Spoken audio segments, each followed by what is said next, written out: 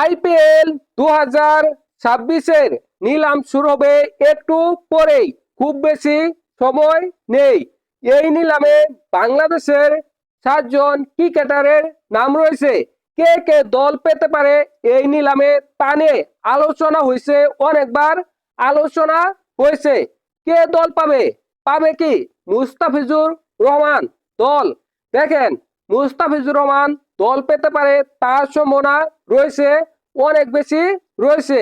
দেখেন, মুস্তাফিজুর রহমান যে কয়টি আইপিএল খেলেছে, প্রতিটি আইপিএল অসাধারণ বোলিং করেছে, চমৎকার বোলিং করেছে।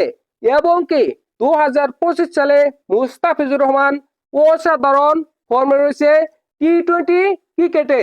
তাছাড়া এবারের আইপিএল এর নিলামে খুব বেশি ফাস্ট বোলার নেই যারা মুস্তাফিজ এর চাইতে ভালো বোলিং করে। তাই তো মুস্তাফিজুর রহমান এবারের আইপিএল এ দল পাবে, তার সম্ভাবনা রয়েছে 99.99%। এখন যদি মুস্তাফিজের দক্ষতার কথা বলেন, যে মুস্তাফিজের যোগ্যতা কি আছে আইপিএল এ দল পাওয়ার, সেটা কত পার্সেন্ট মুস্তাফিজের আইপিএল এ দল পাওয়ার যোগ্যতা রয়েছে?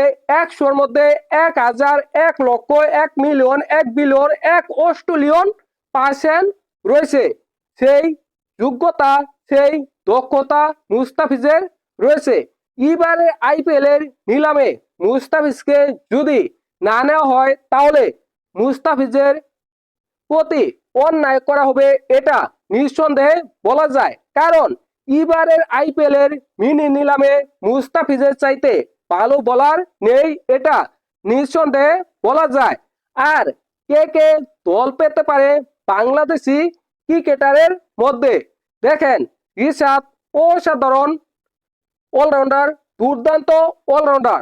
তাছাড়া এবার খেলতেছে না আসিন এবং মঈন আলী, এদের পরিবর্তনে রিশাদ দল পেতে পারে আইপিএল 2026-এ। রিশাদের এবারের আইপিএল এ দল পাওয়ার সম্ভাবনা রয়েছে 40% আমার মতে। তাছাড়া তাসকিন আহমেদ, শরীফুল, নাহিদ রানা এবং তানজিদ হাসান, সাকিব, এদের দল পাওয়ার সম্ভাবনা রয়েছে 30 বা 35% আমার মতে। এই 4 জন পেস বোলারের মধ্যে যে কোনো একজন পেস বোলার দল পেতে পারে আইপিএল 2026-এ। তাছাড়া রয়েছে রাকিবুল হাসান।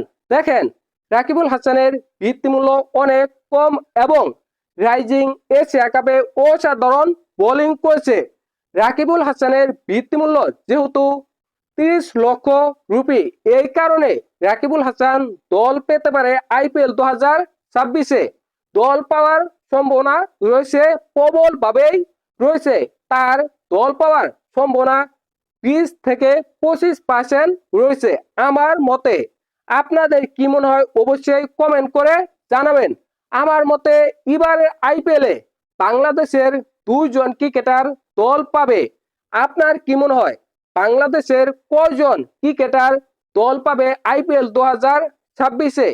দেখেন, মুস্তাফিজ দল পাবে পাবে পাবেই, নিঃসন্দেহে পাবে।